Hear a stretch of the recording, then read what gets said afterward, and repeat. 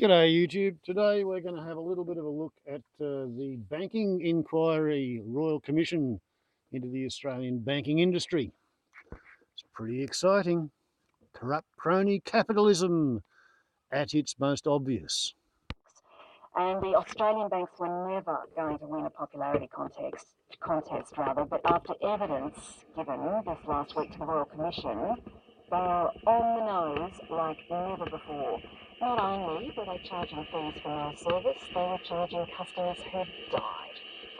Now, some veteran finance writers claim that this was their most shocking story that they'd covered in years, but not so for the ABC's business editor. Ian Verinder, welcome to Sunday Extra. Pleasure. In all your years of reporting business and finance, how do you rate this? Unfortunately, it's kind of par for the course.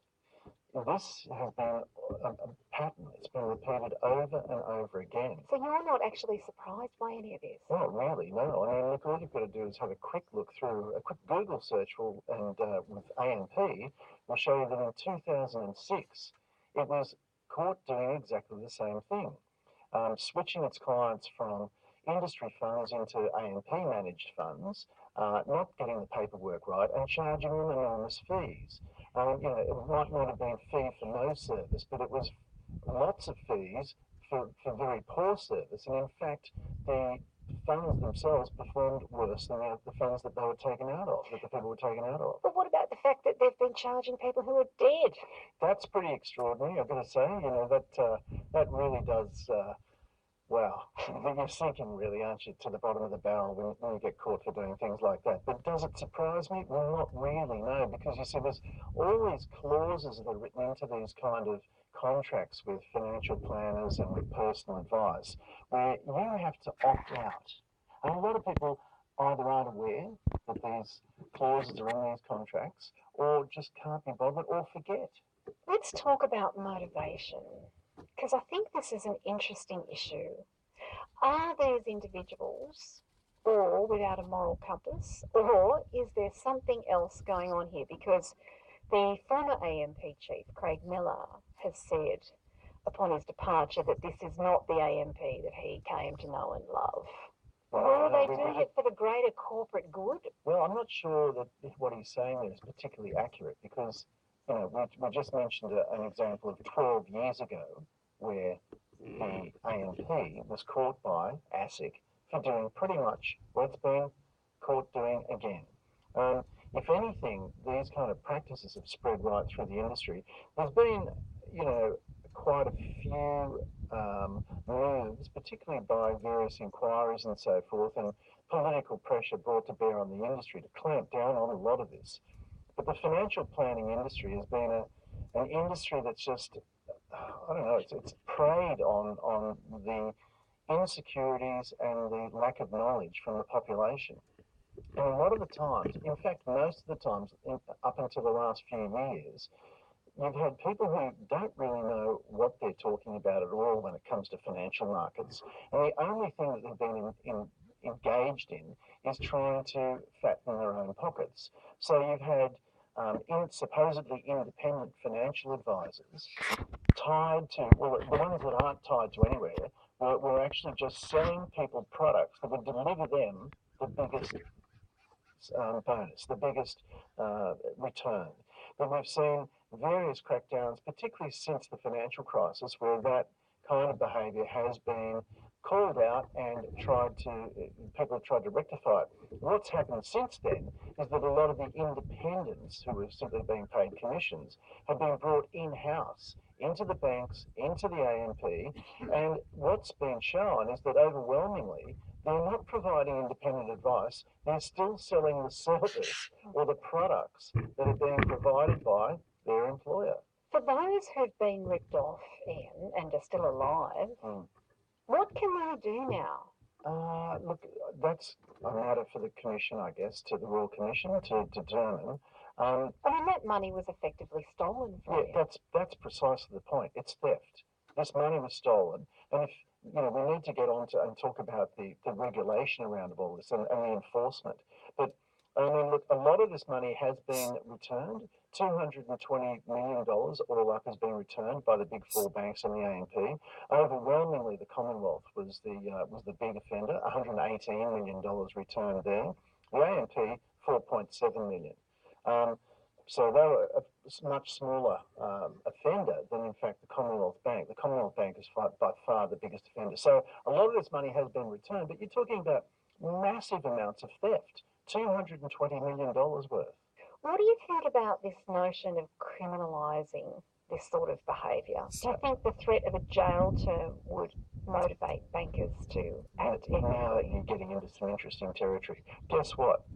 ASIC has always had the power to pursue criminal sanctions or civil action against big corporations, executives, anybody in this area. Why hasn't that happened?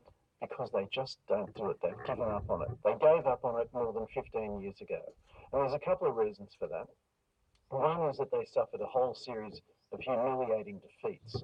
There was the OneTel case. There's a big insider trading case against Citibank. There's been quite a lot of cases where they didn't really do their homework properly and they suffered humiliating defeats in the courts. The other reason, though, is that it's expensive to run big court cases. And they've been a profit-making centre. ASIC actually delivers a profit to the federal government. You look shocked. Well, I am a bit. Yes, they've got a. I mean, why are they there? Aren't they the corporate watchdog? Well, we thought so. So the point that you're making is what difference? Will these extra criminal powers? What will that do for them? Well, you can provide muscle all you like, but you actually need to grow a spine beforehand. And the problem is that ASIC has done nothing for years. Now, they caught AMP in 2006, as I mentioned to you. Guess what they did? Guess what the upshot of all that was? Not very much. Well, it was what's known as an enforceable undertaking. So they didn't take them to court on criminal matters, and they didn't take them to court and even make civil charges against them. They issued what's known as an enforceable undertaking, which is what they've been doing with all the banks and with all the big companies. And what that is a slap over the wrist, and they say to you, if you ever do this again, we'll get really angry. Oh dear. Yeah, and that is why all of the banks and all of these, and AMP and all the others, have not really bothered. No, they haven't taken it seriously at all. They've found things that are wrong within their own organisations and taken years to notify ASIC about it. These are some of the revelations that have just come out of the names. So they clearly are not afraid of the enforcement agency. I mean, imagine if our other criminal agencies behaved in this way. Imagine if the police forces, the state police forces, or even the federal police, or the National Crime Authority, or any of these organisations behaved in this kind of manner. Indeed. Ian Berender, thank you so much for joining us. Thanks.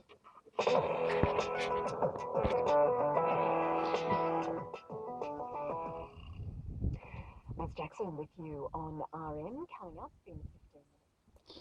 Okay, well, that's not the only stuff that's come to light in the Royal Commission into banks in Australia. A Royal Commission which the Liberal National Government fought for years to prevent from being set up. According to our Prime Minister, a merchant banker, there was no need because there were plenty of oversight. ASIC was keeping an eye on everybody and it was all above board and nobody was doing anything bad. One of the features that came to light a couple of years ago now, there are these people who are now called investment advisors.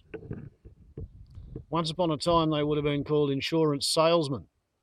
And they sell people a variety of insurance policy, which they call a superannuation policy. And the idea is you buy it when you're young and you pay money into it, and it pays you either an income or a lump sum when you get old enough to retire. And because it's effectively what they call a whole of life policy, back in the days when I was an insurance salesman, say 1979, my commission, if I sold somebody a whole of life policy, my commission was 100% of the first year's premium. But if they failed to make their monthly payments within 2 years, I had to refund the commission back to the company. I got sent what was called a lapse notice, and I was supposed to go out and resell the policy and convince the customer to keep paying. And if within 2 years they stopped paying, then I had to refund the commission. A couple of years ago, I heard that these investment advisors had stumbled on a lurk where they'd been telling people which superannuation fund, in inverted commas, to be in, and they were getting 110% of the first year's customer contributions. And once again, if the customer dropped out of the fund within 2 years, they had to refund their commission. So therefore, every 3 years, these investment advisors or insurance salesmen working for the bank, they would ring up the customer and tell them about this marvellous new plan that's got all these exceptional benefits. And what you need to do is get out of your existing fund and transfer into the new fund because it's got, pink polka dots on it or something. And the gullible, the trusting, they would go with the projected benefits as told by the salesperson. And every 3 years they'd move into a new superannuation fund because that was going to be so much better for them. What actually occurred, of course, was that every 3 years the investment advisor scooped up 110% of 1 year's worth of customer contributions. And these people were coming out the end of the pipeline expecting to retire and finding that they didn't have much in the way of superannuation because about 40% of it had gone in commissions every time they'd changed funds. That's as well as whatever fees the company had been charging in order to pay out early on the existing policy. So it was with great interest that I heard a week or so ago that this Banking Royal Commission had come up with the fact that when banks and finance companies were issuing credit cards and personal loans, they were offering credit card insurance and loan insurance. Now, when I purchased a motor car 2 or 3 years ago, I borrowed the money and I was offered loan insurance, and I nearly took it, but I decided that my income's probably unlikely to fall any far below what it is, and on my income I can pretty much afford to make the loan repayment, so there's not really any point in getting loan insurance, so I didn't. Good thing, because there's a clause in all this credit card insurance and loan insurance, a clause which states you can't make a claim, you're not eligible to make a claim if you're in receipt of government benefits. I get a pension. They've been selling credit card insurance and loan insurance to people who are on unemployment benefits, pensions, student allowances. None of them are actually eligible to make a claim. So these poor buggers are paying through the nose to be insured on a policy that they can't have a claim on because they're in receipt of a government benefit. They've been charging people for advice that they haven't been providing. They've been charging people who have been dead for 10 years for advice that they didn't provide while they were alive, let alone to the headstone. This is because banks are bastards, mongrel bastards, conniving, thieving bastards. Banks exist so that they can charge interest on loans and they can pay interest on deposits, but they pay a fraction on deposits for what they charge on loans. They pay a 1 or 2% on deposits and they charge 13% on personal loans. As I recall it, the Abrahamic, Judeo-Christian, Islamic story is that usury is forbidden. Deuteronomy said it was forbidden 5,000 years ago. Jesus threw the moneylenders out of the temple 2,000 years ago. Mohammed said that usury was forbidden by Allah because it causes a person to work their whole lives trying to pay interest, and they leave a debt and a desert to their children, and the children have to borrow money to buy more land so that they can work it into a frazzled desert in order to pay the loan, and you just build this great big desert. If you get up in space and you look down over Turkey, Göbekli Tepe, that's where Harvest Everythingism began 12,300 years ago. Look at the desert that spread out from there. That's where interest began. Harvest everythingism.